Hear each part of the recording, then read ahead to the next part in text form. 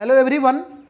तो आज हम लोग क्लास 10th एनसीईआरटी गणित चैप्टर 5 एपी, जिसका फुल फॉर्म होता है अर्थमेटिक प्रोग्रेशन, जिसको हिंदी में बोलते हैं स्टूडेंट्स समांतर श्रेणी का प्रश्नावली 5.2 का प्रश्न संख्या 8 और 9 दोनों क्वेश्चन बेहद ही इंपॉर्टेंट है। साथ ही क्वेश्चन नंबर 7, 8 और 9, ये 7 नंबर क्वेश्चन जो है एक बार पूछ भी चुका है आपको फाइनल बोर्ड एग्जाम में, तो वो वीडियो हम बना चुके हैं। यदि आप नहीं देखें तो वो इसी वीडियो के नीचे डिस्क्रिप्शन में मैंने उस क्वेश्चन का लिंक दे दिया है, वहां से भी आप उस क्वेश्चन को जरूर देख लीजिएगा। तो आज क्वेश्चन नंबर 8 और 9 को करते हैं। तो सबसे पहले स्टूडेंट्स क्वेश्चन को बारीकी से पढ़े लेंगे, ठीक है ना।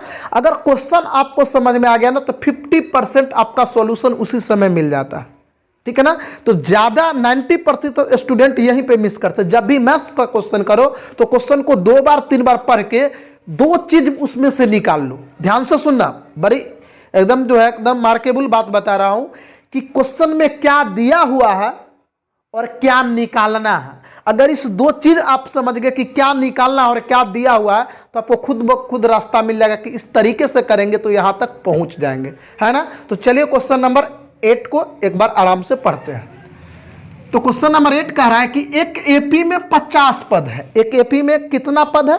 50 पद है। पद समझते हैं ना, पहला पद दूसरा पद, ठीक है ना, टर्म। तो इस एक एपी में 50 पद है जिसका तीसरा पद 12 है। यानी उस एपी का, जिस एपी में 50 पद उसका तीसरा पद 12 है और अंतिम पद 106 है। यानी इसी एपी का अंतिम पद 106 है। तो इसका 29वां पद ज्ञात कीजिए। इस एपी का 29वां पद ज्ञात कीजिए जिसका तीसरा पद 12 है और अंतिमा पद 106 है, जबकि इस एपी में कुल कितने पद है? 50 पद है ना। तो अब ध्यान से देखिएगा कि हम लोग टीचर कैसे बनाते हैं, ये चीज आपको बता रहा हूं, ये कोई नहीं बताएगा। तो सबसे पहले देखिए कि एपी का 29वां पद निकालना है। तो एपी के 29वां पद को इस तरीके से लिखा जाता है A29, यानी एपी का 29वां पद। तो इसका फॉर्मूला क्या होता है आपको पता होगा, नहीं पता है तो देख लीजिए। एपी का 29वां पद का फॉर्मूला होता है A + 28D, यानी जैमा पद पूछेगा उससे एक कम डी लिखना होता है, ठीक है ना। जैसे अगर एपी का 10वां पद पूछेगा, जैसे देखिए A10, तो A + 1 कम कर दीजिए 9D। तो अब देखिए कि हमको इसमें निकालना है एपी का 29वां पद। तो अब ध्यान से देखिए इसके लिए आपको क्या क्या चाहिए। तो आपको ए चाहिए। ए क्या हुआ? तो ए एपी का प्रथम पद है, ठीक है ना। किसी भी एपी का प्रथम पद को हम ए से डिनोट करते हो। और ये डी जो है, डी को सार्व अंतर, हिंदी में अगर अंग्रेजी में कॉमन डिफरेंस बोलते हैं। तो एपी का कोई पद आपको निकालना हो तो आपको 2 चीज डेफिनेट तौर पे पता होना चाहिए, ए और डी। अगर एडी नहीं रहेगा तो एपी का पद नहीं निकाल सकते हैं। तो अब इस क्वेश्चन में जो दिया हुआ है उसकी मदद से, उसकी हेल्प से हम लोग ए और डी निकालेंगे और आराम से एपी का 29वां पद निकाल लेंगे। चलिए तो हम लोग आराम से क्वेश्चन को सॉल्व करते हैं। तो हेलो दोस्तों, मैं हूं उमेश रॉय और एक बार फिर से आप सभी का स्वागत करता हूं आपके अपने यूट्यूब चैनल मैथ स्ट्रोक में। यदि अभी तक आप हमारे चैनल को सब्सक्राइब नहीं किए तो प्लीज आप हमारे चैनल को सब्सक्राइब कर लेना, साथ ही बेल आइकन को भी प्रेस कर लेना, ताकि जब भी मैं वीडियो अपलोड करूं तो उसका नोटिफिकेशन सबसे पहले आपके पास पहुंचे। तो चलिए शुरू करते हैं।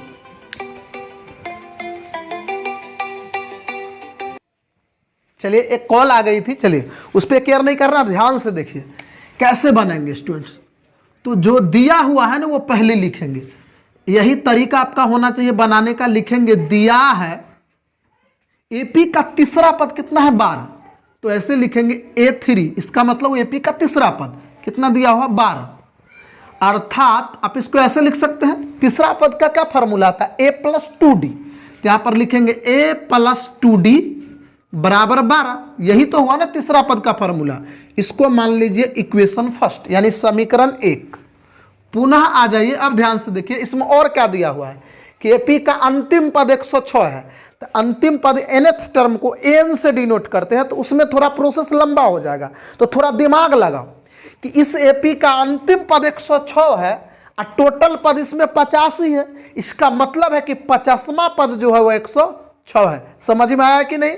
तो यहां पे लिखेंगे फिर से A50, यानी एपी का 50वां पद, वो कितना दिया हुआ है?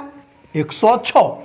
इसको लिख सकते हैं अर्थात ए प्लस 50वां पद का क्या फार्मूला होगा 49D।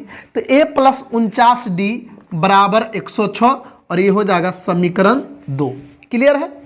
तो लिखेंगे अब समीकरण 2 में से एक को अगर घटा दे या समीकरण 1 और 2 की हेल्प से मदद से आप आराम से ए और डी निकाल लेंगे और एपी का 29वां पद निकाल लेंगे। बहुत सिंपल है स्टूडेंट। तो लिखेंगे अब समीकरण 2 में से समीकरण 1 को घटाने पर, समीकरण 2 में से समीकरण 1 को घटाने पर, तो समीकरण 2 देखिए कितना है ए प्लस 49D बराबर है 106, ये देखिए। और समीकरण 1 कितना है तो ए प्लस 2D बराबर 12। एकदम 110% समझ में आ जाएगा। जब भी ये क्वेश्चन आएगा सबसे पहले आप यही क्वेश्चन करेंगे। अब घटाएंगे सबका साइन बदल जाएगा, प्लस है तो माइनस, माइनस। तो देखिए ए से आपका कैंसिल आउट हो गया, ए से कट गया। अब देखिए 49D में से अगर 2D को माइनस करेंगे तो 47D होगा। 49 में से 2 गया 47 और 106 में से 12 घटाएंगे तो कितना होगा 94। अब D बराबर क्या हो जाएगा स्टूडेंट 94/47। 47 दूनी कितना होता है 94, इसीलिए D बराबर हो गया 2। D बराबर क्या हो गया 2 हो गया। क्लियर है। अब देखिए D तो निकल गया, मुझे क्या बोले थे ए और डी ही चाहिए। हमने क्या बताया था एपी का कोई भी पद निकालने के लिए ए और डी चाहिए, तो डी तो हमने निकाल लिए। अब इस डी का वैल्यू अगर समीकरण 1 में रखते हैं तो ए का वैल्यू निकल जाएगा, तो अब वही करेंगे।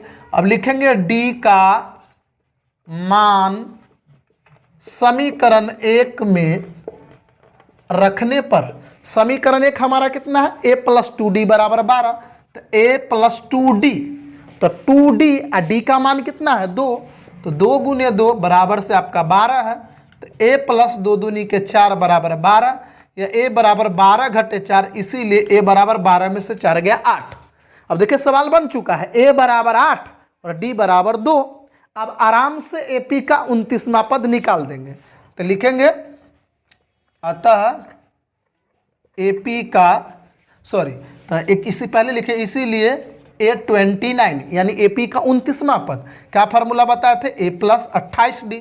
A हमारा कितना है तो ये देखिए यहाँ पे A यही ना निकाले थे, A बराबर हमारे पास कितना निकल गया था 8 और D बराबर कितना निकल गया था 2, है ना।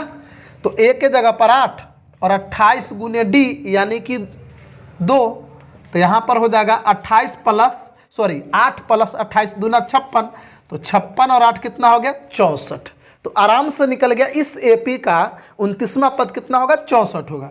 तो लिखेंगे अतः एपी का 29वां पद बराबर 64, ये हो गया आंसर। क्लियर है स्टूडेंट्स।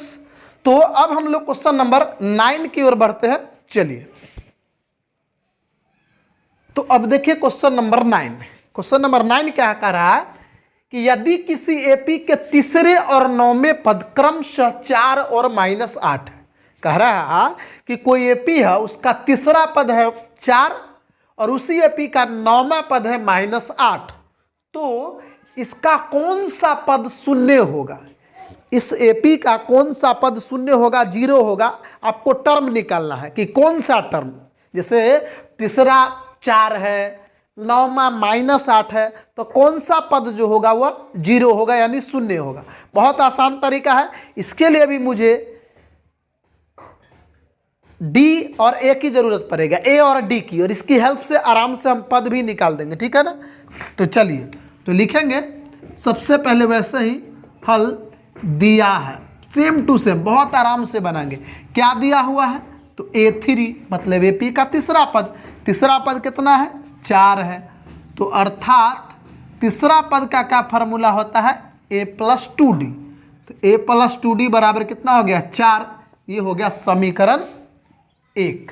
अब देखिए 9वां पद दिया हुआ है 8, तो लिखेंगे A9 बराबर है 8, सॉरी -8 है स्टूडेंट्स, -8, तो अर्थात A9 सॉरी 9वां पद का क्या फार्मूला होगा a प्लस 8D, जैमा पद उससे कम D बराबर हो जाएगा -8, और ये हो गया समीकरण 2। अब समीकरण 1 और 2 की हेल्प से हम आराम से ए और डी निकालेंगे। सबसे पहले तो लिखेंगे कि समीकरण 2 में से समीकरण 1 को घटाने पर समीकरण 2 कितना है, तो a प्लस 8d बराबर है -8, और समीकरण 2 कितना है, तो a प्लस 2d बराबर का 4। ठीक है, अब लिखेंगे घटाने पर ये माइनस और ये माइनस, साइन बदल जाएगा घटाने पर, आपको पता है। a से हमारा कैंसिल हो गया और 8d में से 2d चला गया तो 6d, और -8 और -4 माइनस माइनस प्लस हो जाता है, लेकिन साइन माइनस ही रहेगा यानी -12, तो d बराबर हो जाएगा -12/6, 6 दूनी 12, इसीलिए d बराबर निकल गया -2।